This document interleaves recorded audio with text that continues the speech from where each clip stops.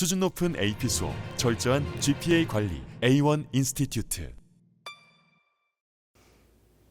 안녕하세요. A1 안유신입니다. 오늘은 지난 시간에 이어서 전공 뽀개기 2탄으로 컴퓨터 사이언스, 컴퓨터 엔지니어링 준비했습니다. 지난번 영상은 케미스트리에 관련돼서 설명을 해드렸는데 오늘은 컴퓨터 사이언스, 요즘 핫한 직업이라고 할 수 있죠. 이 부분에 대해서 설명을 드릴 건데 우리 주변에 이런 관련 전공이신 분들이 계시지 않는다면 컴퓨터 사이언스를 전공하고 나서 굉장히 여러 직군이 있는데 그런 것들이 어떤 일을 하는지 모를 수가 있고 그리고 연봉이 어느 정도 되는지 잘 모를 수가 있습니다.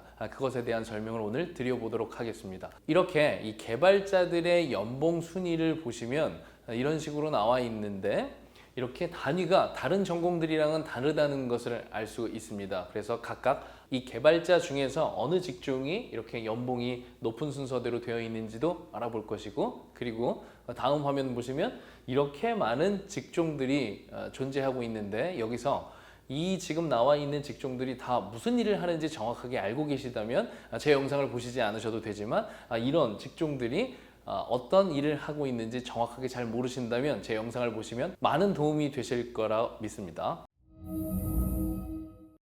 자, 기초적인 설명부터 드린 다음에 설명을 쭉 드릴 건데 제가 컴퓨터 사이언스 관련해서 한번 설명한 영상이 있습니다. 그래서 그 영상을 반드시 한번 보고 오시면 오늘 영상이 더 크게 도움이 될 것이니까 이전 영상을 보시는 것을 추천드리겠습니다. 기본적인 것을 설명해 드리려면 일단 컴퓨터 사이언스, 컴퓨터 엔지니어링 이 두 가지를 이야기해야 하는데 요즘에는 그 둘의 경계가 많이 무너지고 있어서 제가 오늘은 따로 나눠서 설명을 드리진 않을 것이고 그 전에 제반 설명으로서 하드웨어, 소프트웨어에 대한 이해를 조금 하고 가시는 게 좋을 것 같아서 설명드리겠습니다.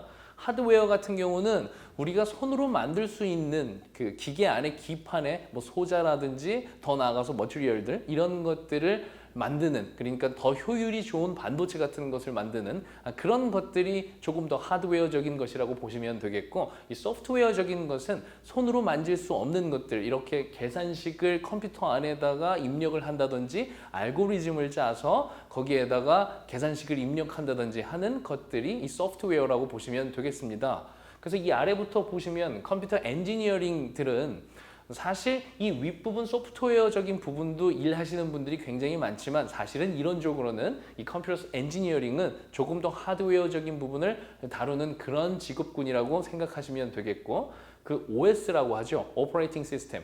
우리는 매일같이 쓰고 있습니다. 윈도우 OS라고 하고 맥 OS 그리고 리눅스 이런 것들이 있습니다.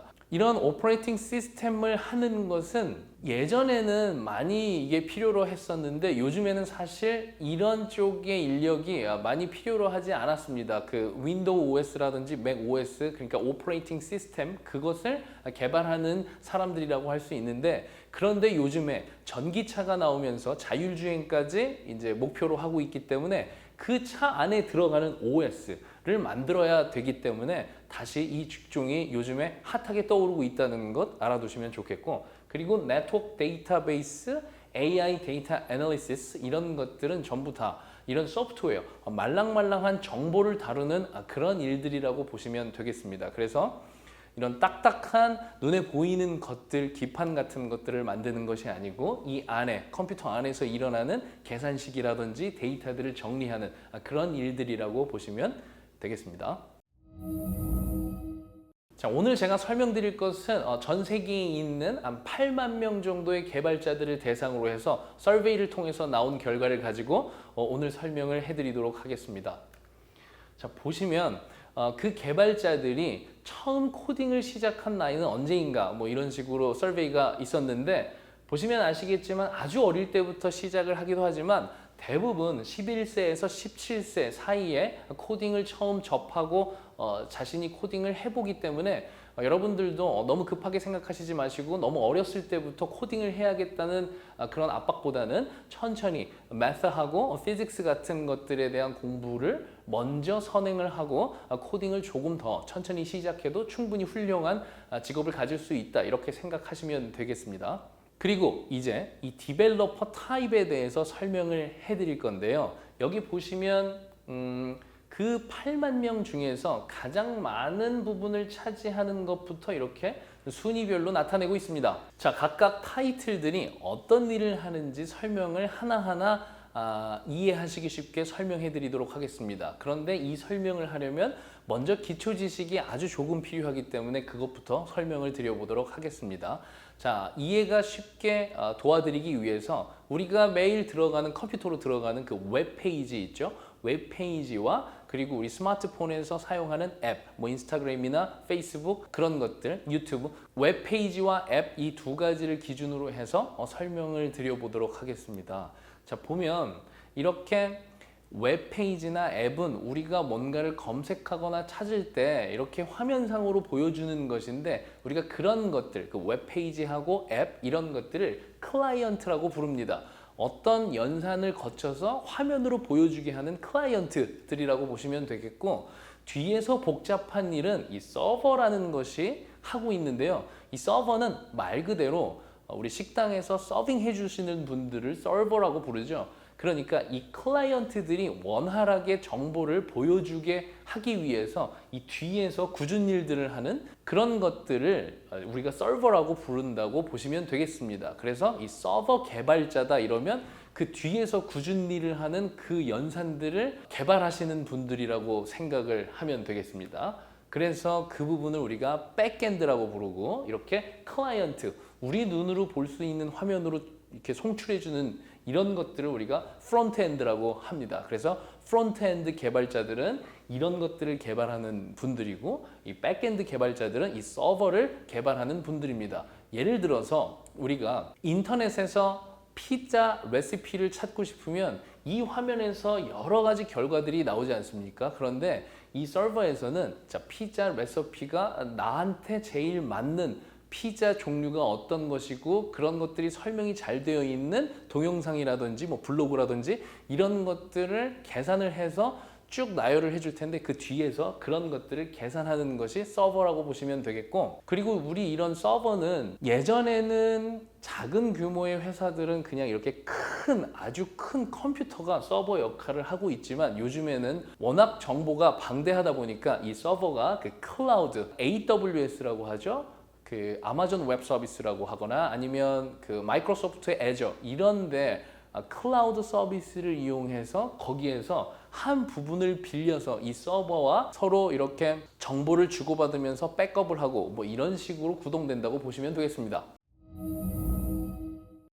자, 이제 서버하고 클라이언트가 뭔지 아시기 때문에 이제 설명을 드리실 수가 있습니다. 자, 보시면 여기 백엔드 디벨로퍼 백엔드 이렇게 써 있죠. 그럼 이걸 우리가 백엔드 디벨로퍼라고 부르는데 그 서버에서 구동되는 공식과 명령어들을 만드는 그런 분들이 이 백엔드 디벨로퍼라고 보시면 되겠고 이 프론트엔드 디벨로퍼 같은 경우는 아까 보신 것처럼 웹페이지에서 이렇게 잘 나올 수 있게 우리 눈으로 보여줄 수 있게 혹은 앱에서 보여줄 수 있게 이렇게 작업하시는 분들이 프론트엔드 디벨로퍼라고 보시면 되겠습니다. 그리고 여기 디벨로퍼 풀 스택이라고 있죠. 그럼 이거는 뭐를 하는 직업일까요? 예, 백엔드하고 프론트엔드하고 두 개를 동시에 할 수 있는 사람을 우리가 풀 스택 디벨로퍼라고 합니다.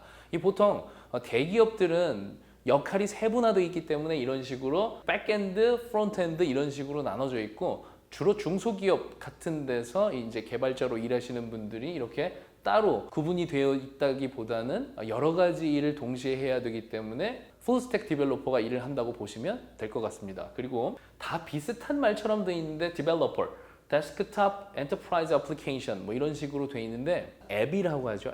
앱은 사실 앱 애플리케이션 소프트웨어의 약자입니다. 그러니까 우리가 사용하는 그 소프트웨어, 뭐 어도비라든지, 뭐 어도비 안에서 뭐 포토샵이라든지, 뭐 일러스트레이터 뭐 이런 거를 사용하지 않습니까? 우리 이런 것들을 소프트웨어라고 부르는데 요즘에는 앱이라고 부르죠. 그런데 여기서 엔터프라이즈 애플리케이션 디벨로퍼는 특히 회사 내부적으로 쓰는 소프트웨어를 개발하는 사람이라고 생각하면 되겠습니다. 그래서 외부의 커스터머들이 다 쓰는 뭐 그런 유저들이 쓰는 그런 거이기보다는 회사 내에서 큰 회사는 회사 내에서 쓰는 소프트웨어들이 있는데 그것을 개발하는 개발자들이라고 생각하면 되겠습니다.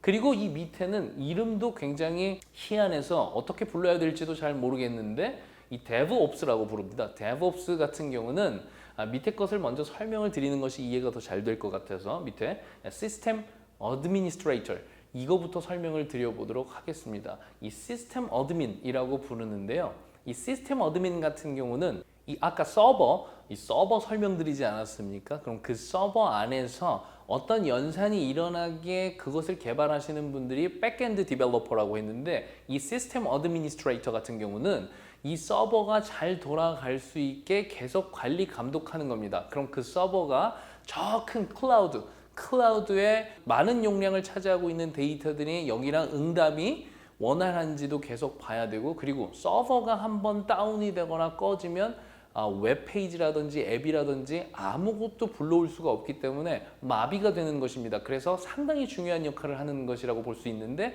시스템 어드미니스트레이터는 그 서버가 잘 돌아가는지 전원이 꺼지지는 않는지 이런 식으로 조금 더 엔지니어링 쪽이랑 비슷한 그런 하드웨어적인 그런 것들을 관리하는 분이라고 생각하시면 되겠습니다. 그렇다면 이 DevOps는 무슨 일을 하는 것이냐면 이 DevOps는 합성어입니다. Development하고 Operation의 합성어라서 이 디벨로퍼들이 하는 일도 하고 그리고 Operation은 이 어드민이 하는 일까지 동시에 할 수 있는 그런 역할을 하는 분들을 우리가 DevOps라고 부르는데 이전에는 이러한 정의로서 일을 하시는 분들이 많았는데 요즘에는 특히 DevOps가 하는 일이 뭐냐면 이 디벨로퍼들이 자기 컴퓨터에다가 뭔가를 개발해서 이렇게 개발을 해놓지 않겠습니까?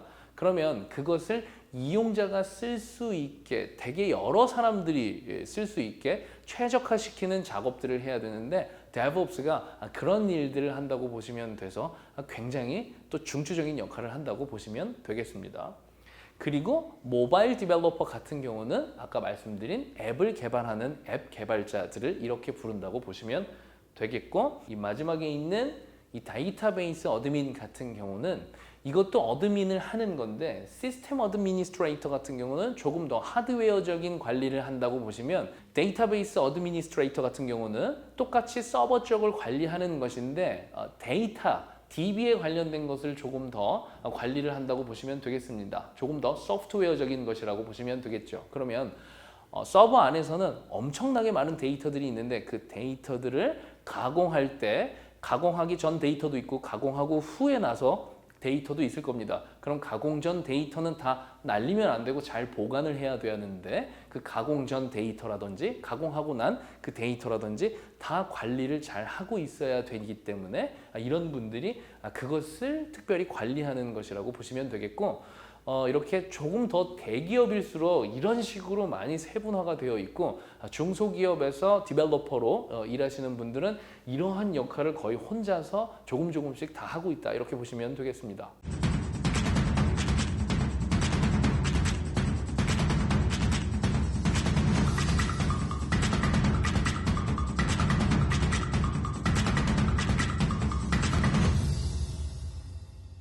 자, 다음 순서대로 다시 설명을 또 드리면 이 디자이너는 여러분들이 아시는 그런 디자이너입니다. 그래서 이 웹페이지라든지 앱을 만들 때 우리 사용자들이 볼 때 더 예쁘게 이렇게 잘 꾸며서 이렇게 디자인적인 부분을 완성하시는 분들 웹, 퍼블리셔 이렇게 부르기도 하는데 그 디자인에 관련된 그런 소양이 있으신 분들 얘기하는 것이고 그 데이터 엔지니어 같은 경우는 아까 데이터베이스 어드미니스트레이터 그걸 우리가 DBA라고 부르는데 그분들이랑 그냥 비슷한 일 하는 거라고 생각하시면 되겠습니다. 그 데이터베이스, 그 데이터들을 잘 전달받을 수 있고 왔다 갔다 할 수 있게 관리하시는 그런 분이라고 보시면 되겠고 엔지니어링 매니저 같은 경우는 이 회사 안에 그런 엔지니어들이 굉장히 많을 텐데 디벨로퍼, 그러니까 개발자들과 엔지니어들 이런 분들이 되게 많을 텐데 그런 분들을 관리하는 슈퍼바이저 역할을 하시는 분이니까 이 엔지니어적인 소양이 가지고 있으신 그런 관리자 역할을 하는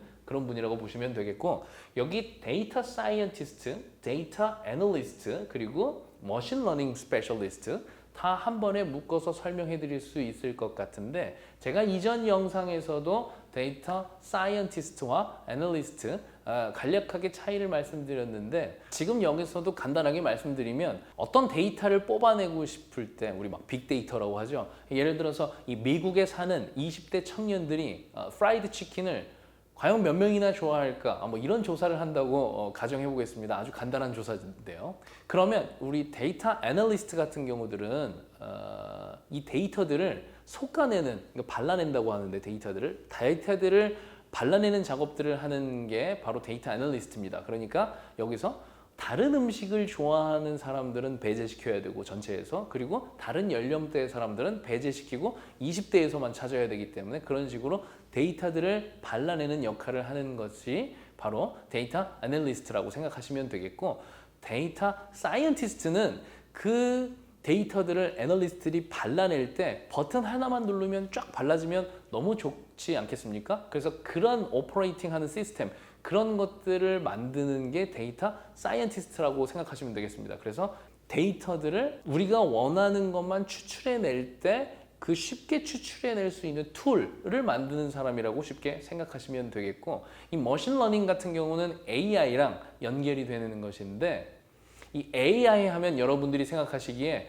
어떤 되게 똑똑한 머리 좋은 컴퓨터가 하나 있어가지고 무엇이든 질문하면 자기가 공부를 스스로 해서 대답을 해주고 이런 식으로 막연하게 생각하실 수도 있는데, 사실은 알고 보면 이 AI들이 머신러닝을 통해서 그렇게 똑똑해지는 건데, 머신러닝이라고 하는 것은 어떤 펑션이 있다고 가정해 보겠습니다. 어떤 그 결과까지 도출해낼 수 있는 어떤 식을 가지고 있다고 보면 A에서 B라는 결과를 도출해낼 수 있는 상황들이 이런 상황일 때도 A에서 B로 도출되고, 이런 상황일 때도 A에서 B로 도출되고, 이런 것들이 있는데, 이 머신러닝이라고 하는 것은 그런 상황들을, 비슷비슷한 상황들을 많이 컴퓨터에다가 주입을 시켜줘서 약간 그 확률 통계의 개념으로 이런 것들 데이터들이 많이 쌓이면 조금 더 답을 정확하게 낼 수가 있는 것이기 때문에 이 머신러닝을 하는 것이다 하는 것은 그런 데이터들을 쭉 계속 의미 있는 데이터를 주입해 주는 것 자체를 머신러닝이라고 부른다고 보시면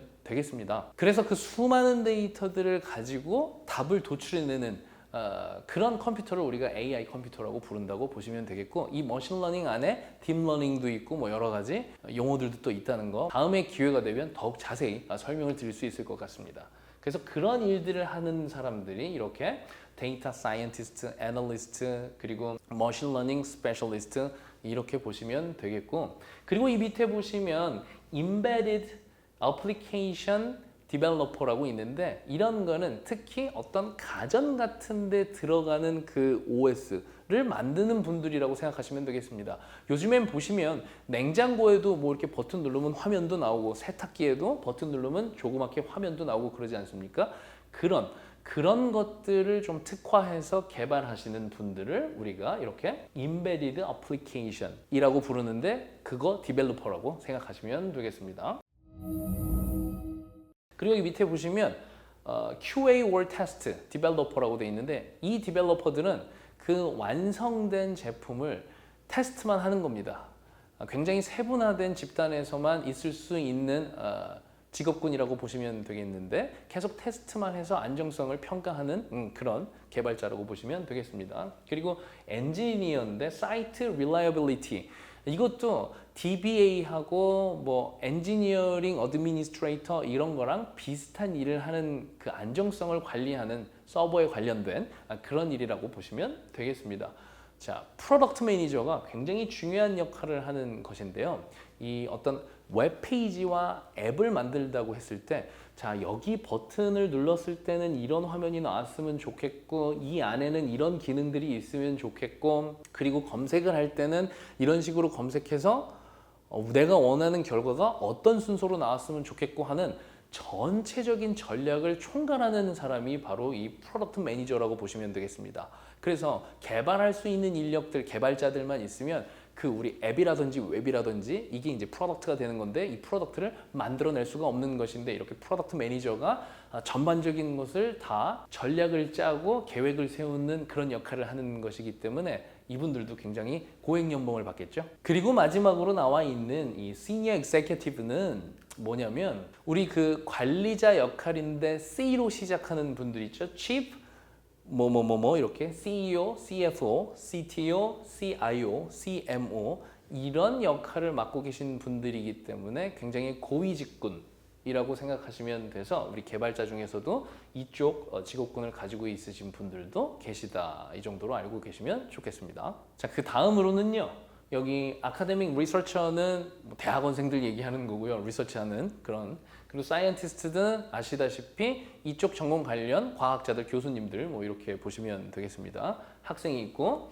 그리고 여기서 말씀드릴 것은 여기 뭐 게임이나 그래픽 디벨로퍼 있는데 수학이랑 물리학 쪽에 조예가 깊어야 됩니다. 하지만 이쪽 직업군이 약간 우리 개발자 안에서는 열정페이 받고 일하는 뭐 그런 느낌이라서 퇴근 시간도 일정치가 않고 뭐 밤늦게까지 일하는 경우가 많고 이렇기 때문에 여러분들이 아시다시피 게임 회사들은 게임을 기다리는 유저들이 게임 개발 완료되는 날만 막 손꼽아 기다리고 이러기 때문에 그래서 굉장히 이 시간을 쫓기면서 일을 하는 경우가 많아서 야근도 많이 하고 그래서 우리 이 개발자 중에서는 이 워라밸을 중요시 여기는 개발자들은 이 직군을 약간 피하는 경향이 있습니다. 그래서 이 열정페이 뭐 이런 부분도 있지만 그렇지만 이 게임이 크게 성공을 하게 되면 다른 직군들보다 훨씬 더 많은 보상을 받을 수도 있다는 그런 장점도 존재하니까 알아두시면 좋겠습니다. 자, 그리고 다른 통계도 한번 보시죠. 자, 어디까지 공부했냐, 가방끈이 얼마나 기냐 이렇게 보시면 되겠는데 우리 대부분의 개발자들은 대학교까지 졸업하거나 아니면 마스터, 대학원, 석사까지 따는 뭐 그런 모습을 보이고 대부분 이쪽에 속해 있다고 보시면 되겠고 그리고 아시다시피 우리 개발자들은 연령들이 젊기 때문에 이렇게 20대에서 40대까지가 가장 많은 비율을 차지하고 있다는 것을 확인하실 수 있습니다. 그리고 남자가 절대적으로 아직 많기 때문에 우리 여학생 같은 경우에 이런 쪽에 이 컴퓨터 사이언스 쪽에 관심이 많다고 하면 굉장히 좋은 회사에 취직을 할 수도 있습니다. 같은 비슷한 스펙을 가지고 있다면 우리 성비가 또 중요하기 때문에 회사 내에서 우리 여학생들 같은 경우가 아주 좋은 경쟁력을 가질 수 있겠다는 것을 알아두시면 되겠습니다. 그리고 여러분들이 가장 중요하게 생각하는 이 salary, 연봉 부분인데요.